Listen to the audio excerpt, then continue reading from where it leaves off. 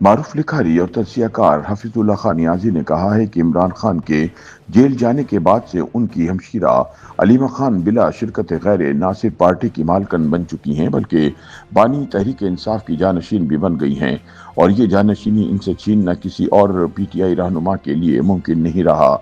عمران خان نیازی کے سابقہ بہنوئی حفیظ اللہ نیازی روزنامہ جنگ کے لیے اپنے تجزیے میں لکھتے ہیں کہ مارچ 2023 میں جب خان نے چکنے لونڈے مراد سعید کو اپنا ممکنہ جانشین بنایا تھا تو اس کا اصل مقصد مراد کو آگے لانا نہیں بلکہ شاہ محمود قریشی کو پارٹی سنبھالنے سے روکنا تھا۔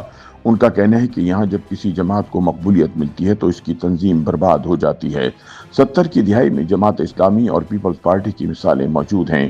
جماعت اسلامی تنظیمی طور پر منظم ترین جماعت تھی لیکن اس کی عوامی مقبولیت صفر تھی۔ دوسری طرف پیپلز پارٹی اگرچہ غیر معمولی طور پر عوام میں مقبول تھی لیکن اس کی تنظیم ہڑبونگ کا شکار تھی۔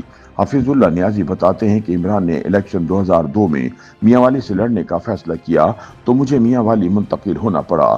ہم سال بھر کی محنت شاقہ سے الیکشن جیت گئے۔ یہ جیت عمران خان کی سیاسی زندگی کا فیصلہ کن موڑ ثابت ہوئی۔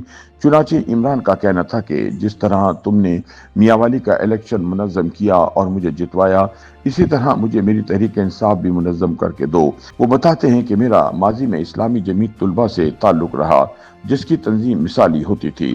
70 کی دہائی میں جمیعت کے سرگرم کارکن کی حیثیت سے میں نے تنظیم سازی کے بنیادی اصول سیکھے اور اپنائے۔ میرا ذاتی تجربہ ہے کہ تنظیم اور مقبولیت کا توازن قائم رکھنا ایک مشکل امر ہے۔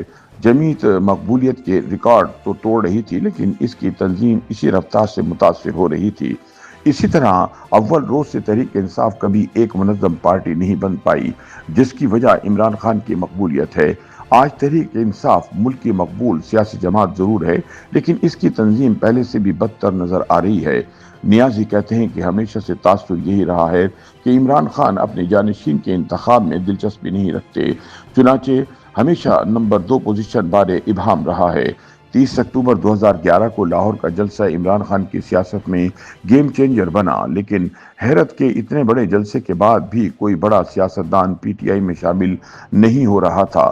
وہ بتاتے ہیں کہ میں نے درجنوں معروف سیاستدانوں کی لسٹ بنائی اور ان سے ملاقات کی ٹھانی۔ ان میں ایک نمایاں نام شاہ محمود قریشی کا تھا۔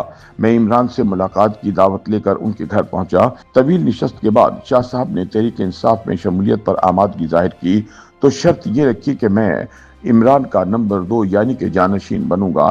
عمران نے مجھے شاہ صاحب کو پنجاب کی حد تک محدود رکھنے کا اجازت نامہ دے دیا تھا لیکن میں نے مجبور ہو کر شاہ محمود کو وائس چیئرمین کا عہدہ سونپ دیا۔ اس ملاقات سے واپس آ کر میں نے عمران کو بتایا تو وہ مان گئے۔ حفیظ اللہ نیازی کہتے ہیں کہ اس پیرائے میں الیکشن 2008 کا احاطہ ضروری ہے۔ جب عمران نے ان انتخابات کا بائیکاٹ کیا تو وہ عملاً اپنی سیاست ختم کر چکے تھے اور مایوسی کی اتھاہ گہرائیوں میں گر چکے تھے۔ موصوف کا تو یہ خیال تھا کہ نون لیگ سے اتحاد کیے بغیر اب سیاست آگے بڑھانا ممکن نہیں رہا۔ وہ بتاتے ہیں کہ میں نے بہت زور لگا کر عمران خان کو اس ذہنی کیفیت سے نکالا۔ اپریل 2008 میں نون لیگ اور پیپلز پارٹی نے مرکز اور پنجاب میں اتحادی حکومتیں بنائیں تو لامحالہ اپوزیشن کی سلاٹ خالی ہو گئی۔ میری نظریں اس سلاٹ پر تھی کیونکہ اب یہ عمران کو بآسانی ملنے کو تھی، لہٰذا جب 2011 کے اختتام تک عمران ملک کی بڑی اپوزیشن پارٹی بن کر ابھرے تو مجھے قطعاً حیرت نہیں ہوئی تھی۔ وہ بتاتے ہیں کہ عمران خان کی فیملی کی فطرت غیر سیاسی ہے، چنانچہ 30 اکتوبر 2011 کے جلسے سے پہلے ان کی بہنوں کی سیاست سے لا تعلقی سمجھ میں آتی ہے۔ لاہور کے جلسے میں عمران کی سیاسی مقبولیت سامنے آئی تو بہنوں کا جوش میں آنا فطری بات ہے۔ ایسے میں علیمہ خان پارٹی سیاست میں بڑھ چڑھ کر حصہ ڈالنے لگی، تاہم عمران خان مرثی سیاست کے مخالف ہونے کی وجہ سے ایسی دخل اندازی کو ناپسند فرماتے تھے۔ 2013 میں میاں والی کے ضمنی الیکشن پر علیمہ خان کی الیکشن لڑنے کی خواہش سامنے آئی تو عمران نے سختی سے رد کر دی۔ جب 2014 کا اسلام آباد دھرنا ہوا تو عمران کی بہنیں وہاں موجود تو تھیں لیکن متحرک نہیں تھیں۔ حفیظ اللہ نیازی بتاتے ہیں کہ جب 2018 میں عمران خان وزیر اعظم بنے تو ان کی بہنیں حکومت سے لا تعلق رہیں